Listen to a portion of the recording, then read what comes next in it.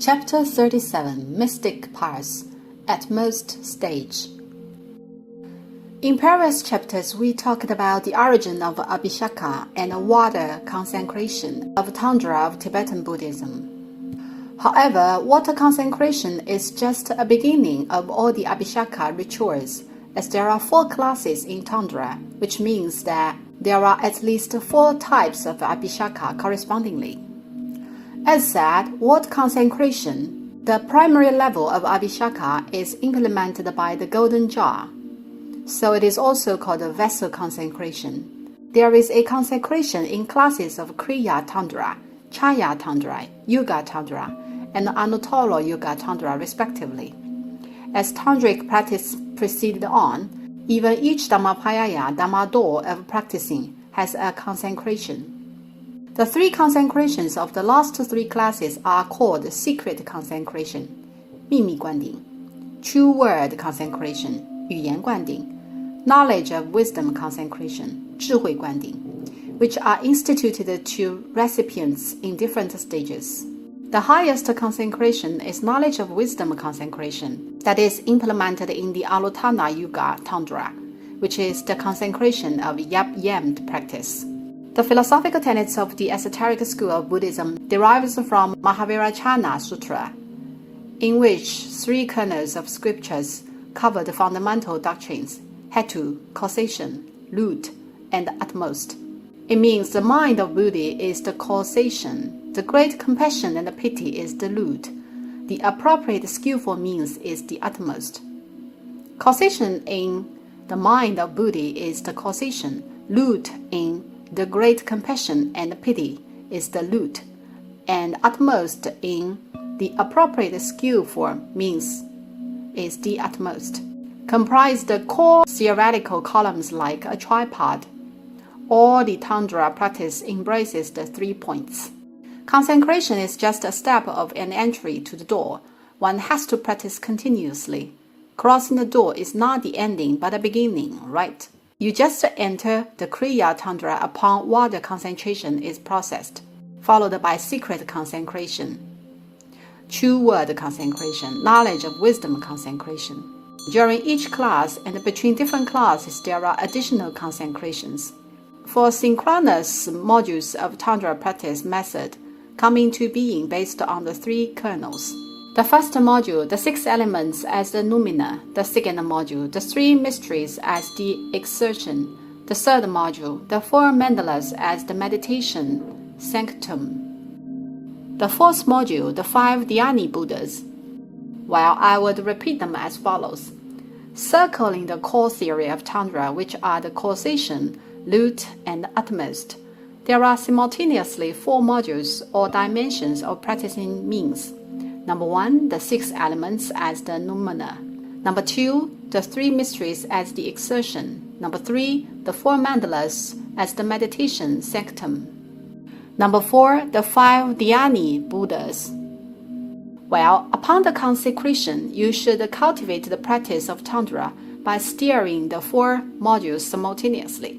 Let's briefly interpret how they are implemented. 1. The first module, the 6 elements are the noumena, is the prerequisite cognition in terms of theory. Namely, one should have a world view on Buddhist theory, which is that all the universal things consist of the 6 elements: earth, water, fire, wind, space, and mind. The first 4, earth, water, fire, wind, are familiar to us. Space and mind added, the 6 elements form and transform all the things in the universe. What are the noumena of the 6 elements? What are the essence of the 6 elements? Their essence is the Dhammakaya, Dhamma body of Buddha, of Mahavajrayana, 大日如来, he who is like the sun. In other words, the Dhamma body of Mahavajrayana is the 6 elements, which are earth, water, fire, wind, space, and mind. And they comprise the essence of the universe, the 6 elements as the noumena. It is the first stage of synchronous modules of Tundra practice, which is a perception on the world view of Buddhism. The world's noumena consist of the 6 elements. 2. Then what about the second module? The second step is the practice itself, which is the exertion of the three mysteries, Sanmi. It is the pragmatic method which quests one to be identical and of union with one's Satyadevata in terms of the three mysteries, body, mouth, and mind. The mystery of body is to perform a special mudra, which is a seal performed by hand, for example, Abhya mudra, gesture of fearlessness, Dhammachakra mudra, gesture of turning the wheel of Dhamma, Tajani mudra, gesture of vigilance. Different mudras are employed in accordance with different Satyadevatas. So are sitting postures and body postures. All the postures of the body, including the hand gestures, belong to the mystery of body. The mystery of mouth refers to the true words and spells which have been developed with various phases historically. Dlani was the earliest term in history. The second phase of the mystery of mouth was called the Dlani illuminant, Chiming, literally to hold the illuminant. Who holds the illuminant? Vajrabhairava, the fierce guardian of Buddhism, which is exactly the illuminant holder. The third phase is the words of the Tathagata, Mandra and Dlani. You should chant the exclusive Mandra and Dlani of your own Satyadevata. Lastly, it is the mystery of mind or thought. Well, it is a mindful union which is to meditate and visualize your Satyadevata. As Buddhism thinks man has the three karmas, which are the karma generated by the body, the karma caused by speech, and the function of mind. These three karmas are never created by void, but you yourself as a whole. And the karmas produced by this whole are esteemed separable from one another. For instance, if you murder or assault someone, your body karma is produced. If you abuse someone with malicious words, speech karma is produced. If you think of bad or evil ideas, mind karma is produced. Hence, man's karmas is made up of the three karmas, body, mouth, and mind.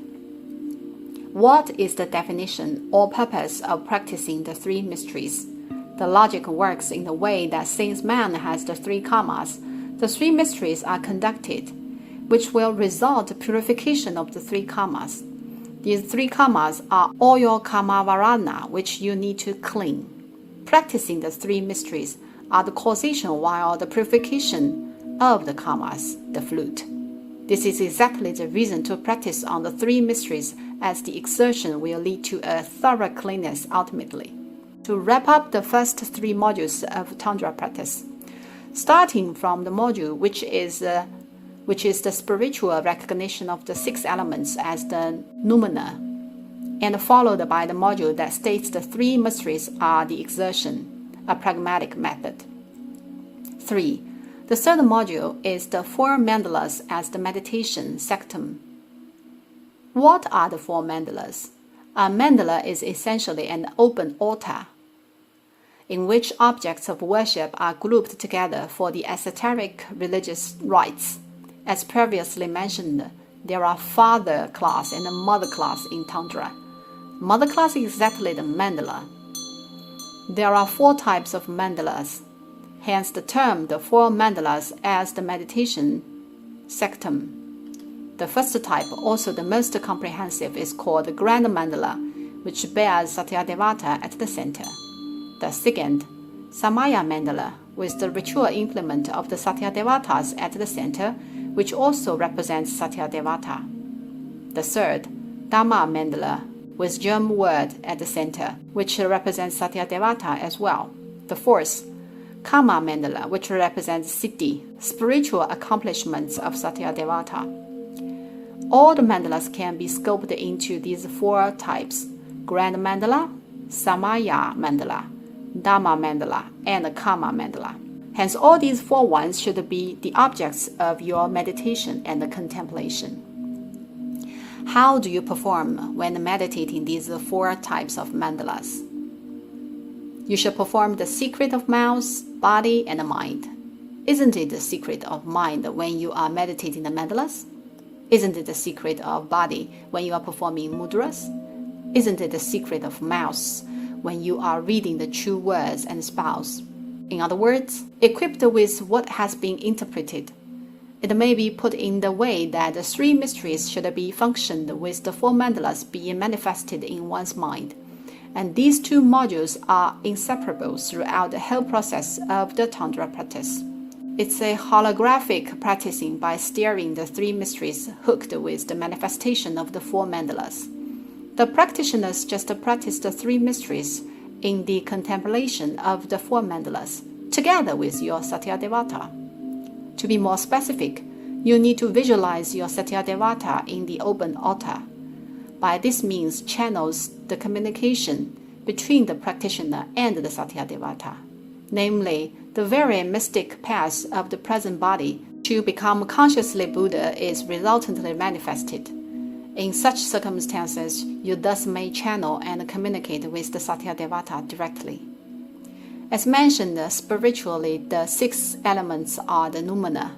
In actual practice, the three mysteries are needed to be exerted paired with the meditation on the four mandalas, two of which are fundamentally inseparable.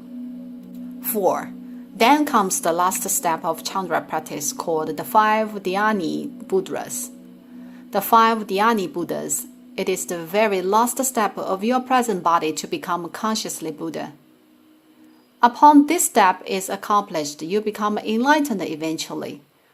Through the practice of the three mysteries to purify the three karmas, meditation on the mandalas, recitation the true words and spells, you have an ultimate result to attain, though the functions and manifestations, which is to own, to be the wisdom of Buddha, right? The condition for you to become Buddha is to own the wisdom of Buddha. As long as you own it, you certainly are the Buddha. Thus, you need to master the five wisdoms of Buddha through 5 types of dhyanas, hence the term the five Dhyani Buddhas. The 5 wisdom are Mahavirachana, representing Dhammadhatu Prakriti Jnana, wisdom of the nature things.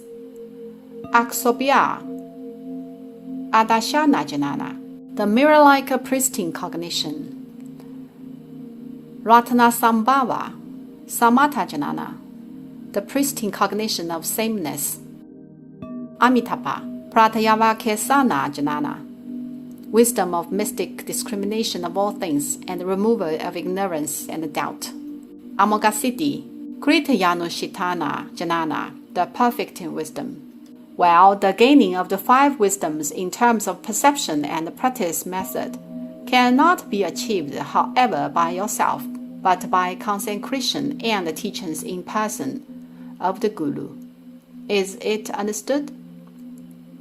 Water consecration, secret consecration, and the knowledge of wisdom consecration in some ways can all be esteemed as the entry-level consecrations.